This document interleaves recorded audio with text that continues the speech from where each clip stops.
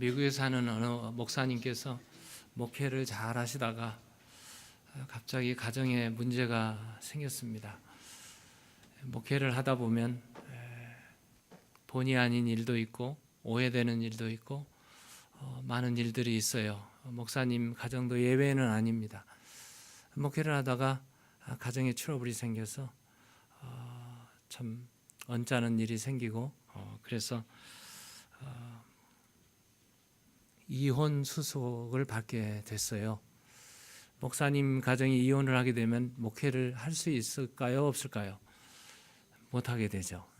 그래서 목사님이 이혼 수속을 하기로 했습니다. 이혼을 첫 단계가 뭐죠? 이혼을 하게 되면 separation을 하게 됩니다. 우리 한국말로 찾아보니까 법정 별거 기간이더라고요. 법정 별거 기간, separation을 갖게 되죠. 1단계입니다. 그게 이제 시간이 지나면 한 1년 후면은 자동적으로 이혼이 됩니다. 목사님 가정에 이혼 수속을 밟으니 목사님 목회를 할 수가 없어서 이제 그참에 군대로 지원을 했어요. 군목으로. 군목은 할 수 있거든요. 그래서 군목으로 지원을 하니까 결국 베트남 전쟁 때이니까 베트남으로 종군을 했습니다. 미국을 떠나서 동남아 저 남단에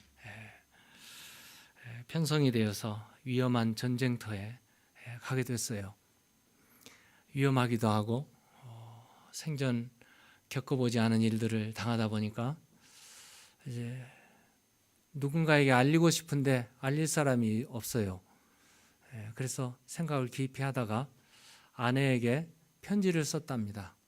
편지를 써서 일기처럼 이렇게 썼는데 남편 목사님은 편지를 보내고 아내는 그 편지를 받고 답장을 하기 시작했어요. 답장을 해줬습니다. 내용이 갈수록 진지해졌고 위험한 상황에 처할 때마다 아내에게 기도 부탁을 요청을 했습니다. 아내가 남편을 위해서 기도하기 시작했어요. 시간이 흐르고 진지한 시간이 흐르다가 보니까 기도도 부탁받고 남편이 위험에 있다는 것도 알게 되고 기도하다 보니까 어느덧 자기 마음에 얼어붙었던 얼음에 마음이 따뜻해지고 포근해지기 시작했어요. 봄날이 찾아온 거죠. 그동안 주고받았던 상처, 깊은 상처들이 하나씩 치료되기 시작했습니다. 6개월이 지나고 1년이 다 되면 자동 이혼인데 이혼을 철회했어요. 아내가 철회했습니다. 그리고 2년이 지나고 나서 이제 군복무를 다 마치고 남편이 돌아오게 됐는데 돌아오게 되던 그때가 바로 크리스마스 때였습니다. 크리스마스에 돌아온 남편이 이런 말을 했어요. 아주 감격스럽게 집으로 귀가했는데 그때 성탄을 맞이하면서 나는 성탄의 기쁨을 압니다. I know the joy of Christmas. 크리스마스의 기쁨을 나는 압니다. 하나님과 별거 상태였던 인간이 자기가 별거했으니까 별거했던 인간이 아기 예수를 맞이하며 재회하게 된 것을 나는 압니다. Mankind who was separate was reunited with the baby Jesus Christ. As separate from God was reunited. 하나님으로부터 별거했던 인간이 자기의 경험을 통해서 그 예수 그리스도를 통해서 다시 재회를 했는데 이 날이 바로 크리스마스 날이요. 이것이 가장 기쁜 날입니다. 이렇게 고백을 했어요. 오늘은 크리스마스 날입니다.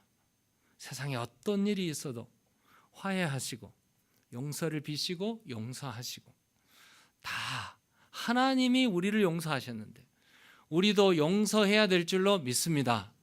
혹시 가정에 문제 있으신 분들, 혹시 가정에 어떤 사건이 있으신 분들 다 화해하시고 하나님이 하나님의 아들이 인간의 몸을 입고 이 땅에 오셨습니다.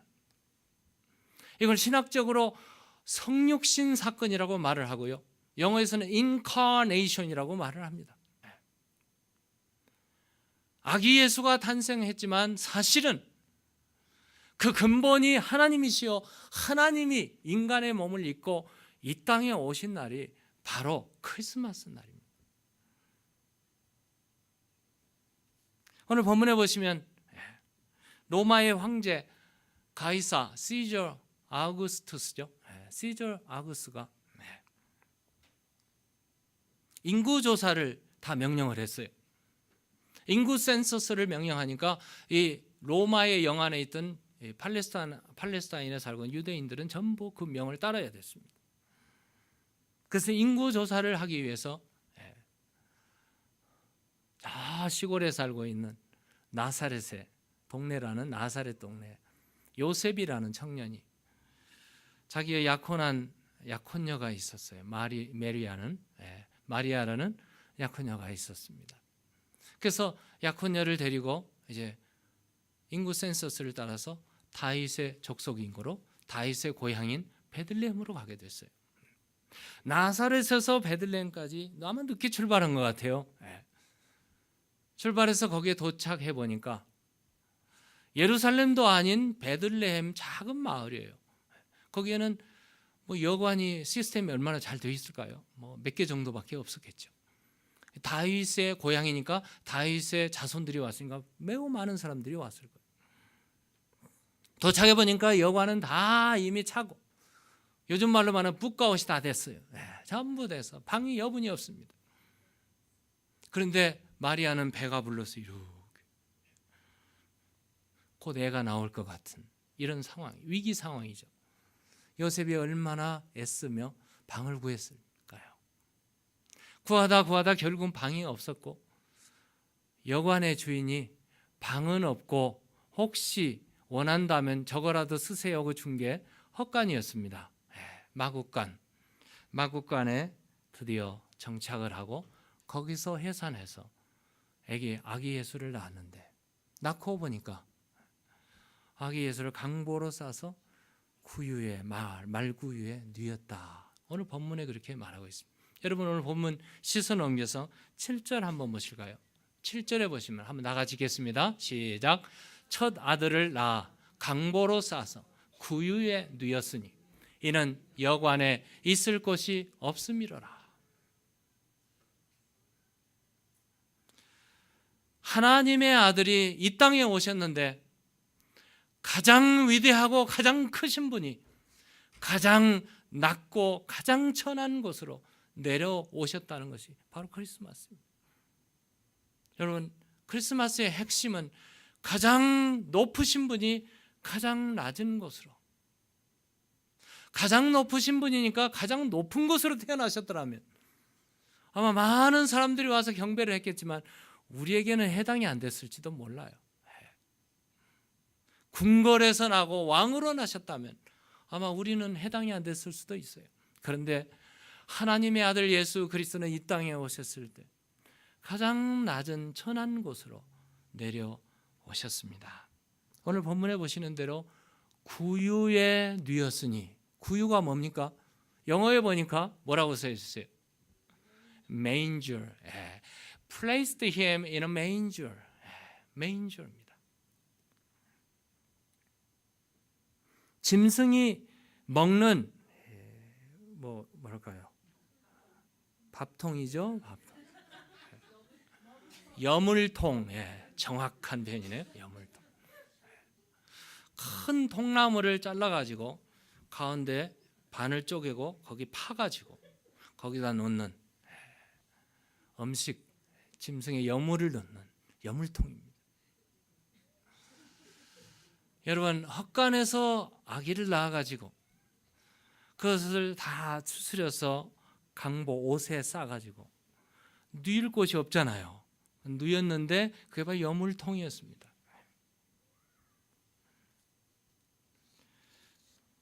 예수님은 그렇게 태어나셨어요. 그렇게 태어나셨습니다. 이게 바로 크리스마스. 예루살렘의 베들레헴에 그 많은 사람들이 왔건만 예수님이 태어난 그날, 그 시간, 그 장소에는 아무도 관심이 없었어요. 아무도 찾아오지 않았습니다. 불과 뒤에 찾아보겠지만 몇 사람밖에 찾아오지 않았습니다. 놀라운 사건이죠. 이 사건은 오늘도 비슷한 것 같아요. 오늘 또 크리스마스가 다가왔는데 세상은 흥청거리죠. 세상 많은 사람들은 아기 예수에 대해서는 별로 관심 없는 것 같아요. 그렇죠? 그런 것 같아요. 웬 산타클로스가 왜 이렇게 많은지, 징글벨 소리가 왜 그렇게 높이 울리는지, 쇼핑몰에는 웬 사람들이 이렇게 많이 무브하고 있는지, 비행장에 가보세요. 비행기가 없을 정도로 많은 사람들이 여행을 합니다. 그런데 정작 크리스마스의 아기 예수의 소식은 별로 관심들이 없는 것 같아요.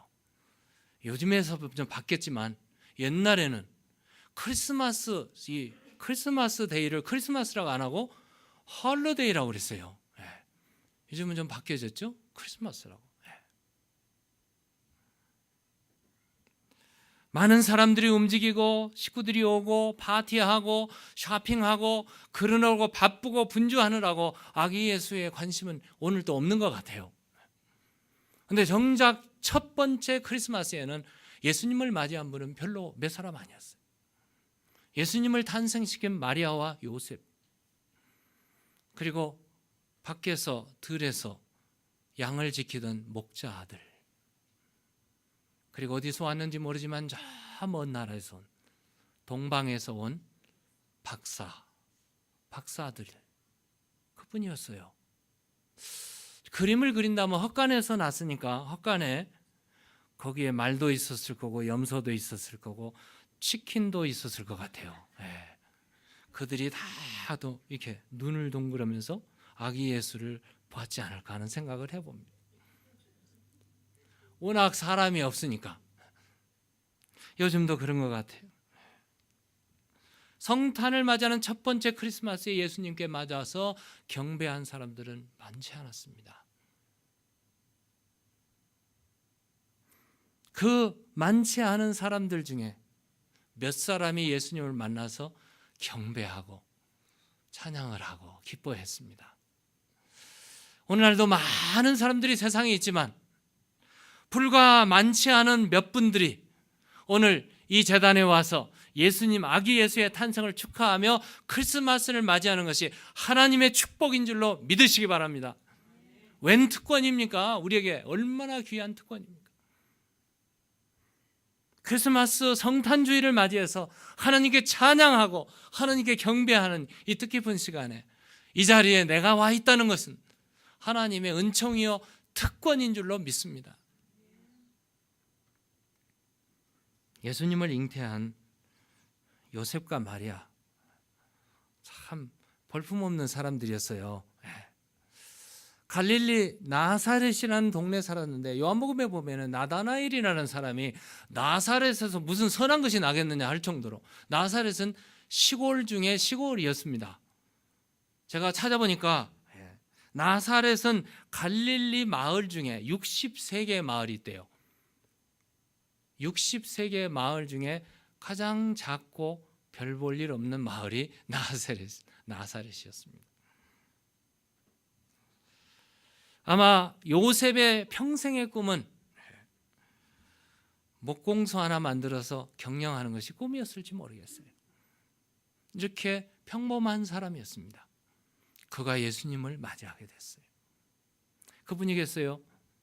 세례 요한을 보세요. 예수님 6개월 전에 세례 요한의 아버지 어머니가 사가랴라는 제사장 그리고 엘리사벳이라는 여인인데 나이가 많아서 임신할 수가 없는 상황에 하나님께서 기적을 베풀어서 임신을 시키고 예수님 낳기 전에 마리아를 찾아와서 먼저 인사한 사람이 엘리사벳 아닙니까?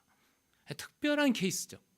그분이겠어요? 예수님이 탄생한 이후에. 그리고 목자들, 그리고 예수님의 탄생한 이후에 예수님을 만난 사람은 극히 손꼽을 정도였습니다. 성전에서 오랫동안 기다렸던 시므온이라는 선지자가 있었습니다. 그분이 내가 죽기 전에는 하나님의 영광을 보리라 하면서 기다리고 있었던 사람인데 예수님을 만나고 기뻐했습니다. 그분이 계세요. 안나라는 여인이었습니다. 선지자였어요. 성전에서 선지자 일을 하는데 성년이 돼서 결혼을 했는데 7년 동안 남편이 죽고 나서 84년 동안 혼자 살았어요. 그러면 한번 여러분 계산해 보세요. 안나라는 여인이 몇 살쯤 됐을까? 예수님 만났을 때 20세에 요즘으로 결혼을 하게 되면 7년 살았고 84년을 과부로 살았으니까 아마 예수님 만났을 때는 계산하면 111살입니다. 111살에 예수님을 만난 거예요. 이렇게 예수님을 만나고 예수님께 경배하고 기쁨을 맞이한 사람은 세상에 그 많은 사람들이 있었겠지만 그 많은 사람 중에 불과 몇 사람, a few people, 아주 소수의 사람들이 예수님을 만났습니다. 오늘 우리는 하나님의 선택받은 백성이요 하나님의 영광을 맞이하는 크리스마스를 맞이하는 소수의 무리지만 하나님께 경배하러 온 놀라운 은혜 받은 자인 줄로 믿습니다. 하나님께 이어 놀라운 주셨어요.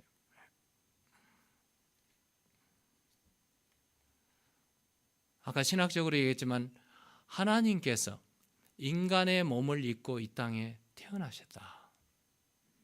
가장 낮은 곳으로 오셨지만 사람으로 하나님이 사람의 몸을 입고 오셨다.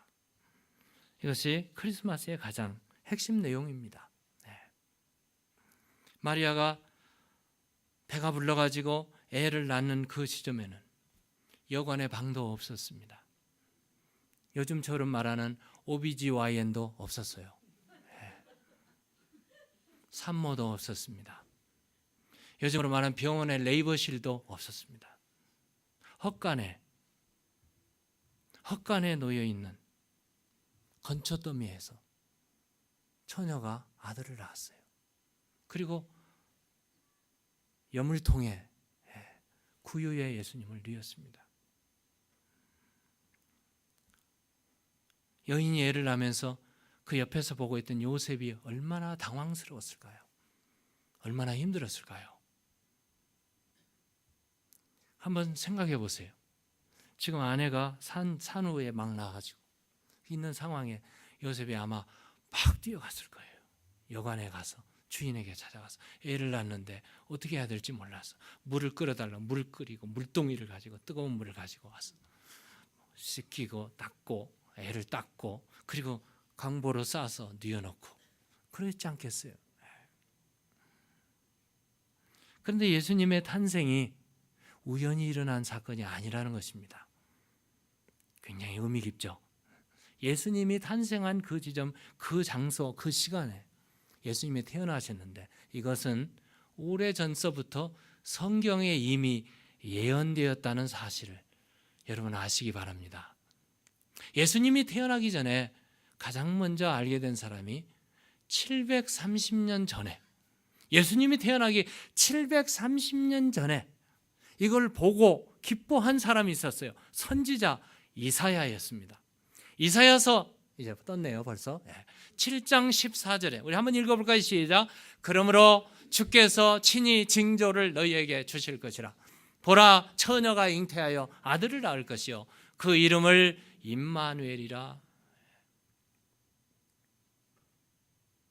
처녀가 잉태하여 아들을 낳을 것이요.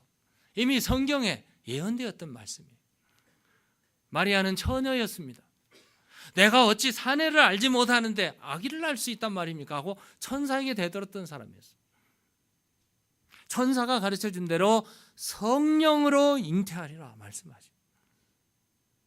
놀라운 기적이요 신비한 사건이죠. 730년 전에 이미 예언된 이 말씀이 하나님께서 처녀가 잉태하여 아들을 낳을 것이라 임마누엘이라고 말씀하신 거 그것만 말씀하신 게 아니라 한 30년이 지난 다음에 미가라는 선지자가 있었어요. 미가서 5장 2절에 보면 벌써 떴네요. 미가서 5장 2절에 보면 한번 읽어볼까요? 시작. 베들레헴 에브라다야 너는 유다 족속 중에 작을지라도 이스라엘을 다스릴 자가 내게서 내게로 나올 것이라. 그의 근본은 상고에 영원에 있느니라. 예수님이 어디에 태어난다고요? 베들레헴. 에브라다는 또 다른 이름이에요. 베들레헴 에브라다예요. 베들레헴에 태어나신다. 장소를 말해주고 그는 누구인가? 그의 근본은 상고의 영원에 있느니라. 뭡니까? 예수님의 근본은 바로 영원 전부터 계신 분. 그의 시작은 영원 전부터 있었던 분이었어요. 그걸 가리켜서 신학적으로 The nature of Jesus Christ is the same as God. 하나님과 같다는 뜻입니다. 하나님의 이 성품과 같다는 뜻이에요.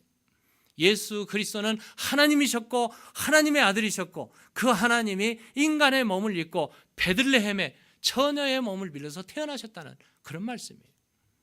이걸 좀 구체적으로 설명해 주는 부분이 요한복음 1장에 있습니다. 한번 볼까요? 요한복음 1장. 우리 다 같이 읽겠습니다. 시작. 태초에 말씀이 계시니라. 이 말씀이 하나님과 함께 계셨으니 이 말씀은 곧 하나님이시니라. In the beginning was the word. The word는 헬라말로 logos입니다. In the beginning was the logos. And the logos was with God. And the logos was God. 이 말씀, logos가 바로 하나님이셨다. 근데 그 하나님이 크리스마스가 되어서 어떻게 되셨는가? 14절 보십시오. 14절 보면은 같이 읽겠습니다. 시작. 말씀이 육신이 되어 우리 가운데 거하심에 우리가 그의 영광을 보니 아버지의 독생자의 영광이요 은혜와 진리가 충만하더라. The Logos became flesh. 그 말씀 로고스가 육신을 입고 인카네이트 돼가지고 이 땅에 오셨습니다. 이 날이 바로 크리스마스라는 것을 가르쳐주고 있습니다. 이 크리스마스 예수님이 아기의 몸을 입고 마구간에 태어난 것을 가장 참 우리가 느끼게끔 우리의 마음을 감동시킨 글을 쓴 분이 계세요. 제가 굉장히 좋아하시는 분인데 필립 얀시라는 분이십니다. 여러분 책을 많이 읽어보셨는지 모르겠는데 필립 얀시가 이렇게 표현을 했어요. 제가 읽어보도록 하고 오늘 설교를 마치려고 합니다. 창조자가 지구상의 피조물 가운데 한 부분이 되신다는 이 사실이 어떻게 이해될 수 있겠습니까? How can this fact be understood that the Creator became a part of the creation on earth? 어떻게 이런 일이 있을 수 있다고 이해가 되십니까? 그는 이렇게 표현했습니다. 어디에도 견줄 수 없고 전혀 생소하며 유일무이한 사건이었습니다. 춥고 어두운 어느 날 밤 베들레헴 굴곡진 언덕 위에서 영계와 물질계가 극적으로 교차되었습니다. 처음도 없고 나중도 없으신 하나님께서 시간과 공간 안으로 들어오신 것입니다. 우주를 가득 채우고 계신 하나님께서 시골뜨기 아이가 되셨습니다. 다른 평범한 아이들과 똑같이 걷는 법과 말하기와 혼자 옷 입는 법을 배우셨습니다.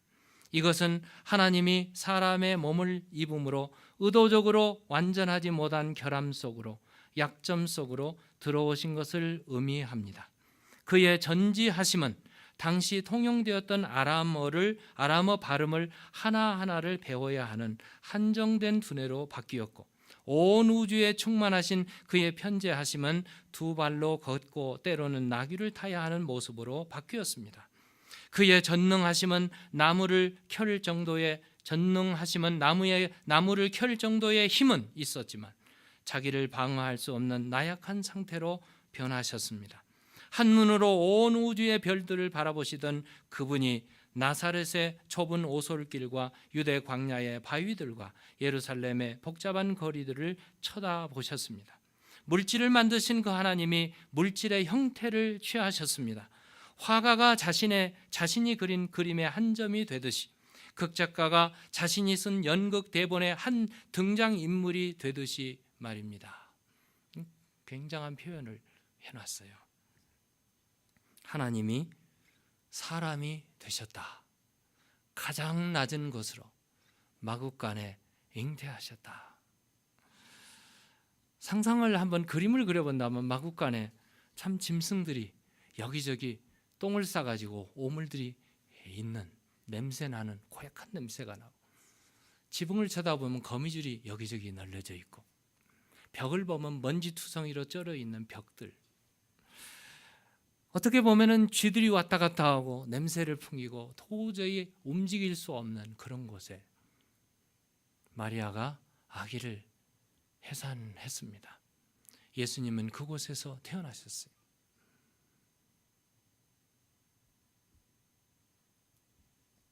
오만 가지 기생충들이 우글거리는 깨끗이 않은 그곳에 예수님은 태어나셨습니다.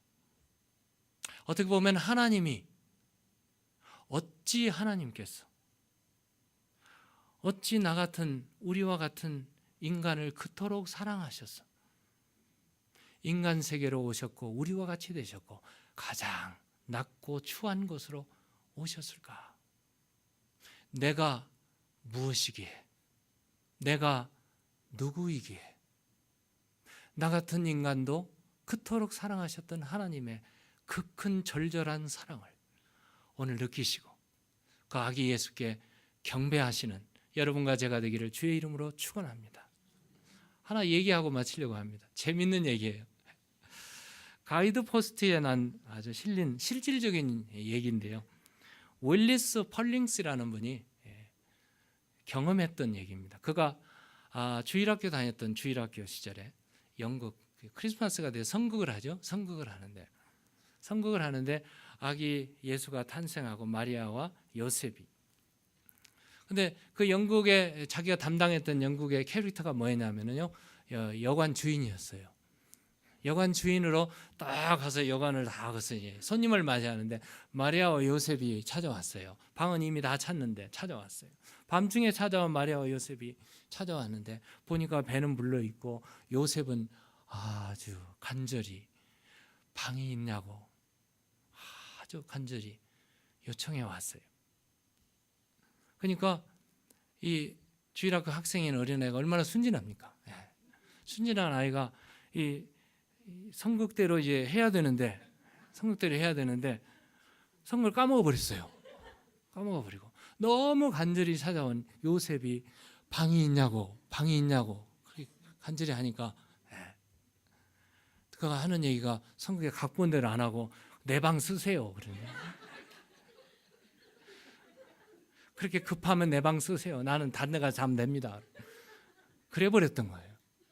그 배역을 맡았던 영국의 담당을 맡은 탐이라는 선생님이 거기서 끝 중단시켜 버렸는데 아이들은 막 파리해가지고 뭐 어떻게 할 줄을 모르고 당황했는데 그걸 보고 선거를 보고 있던 온 관중들은 일어서서 박수를 하기 시작했어요. 방이 있습니까? 아무도 방을 내주지 않았는데 정말 나에게 이번 크리스마스에 예수 그리스도에게 방을 내줄 방이 있습니까? 기도하십시다. 우리 조용히 한번 기도하기를 원합니다.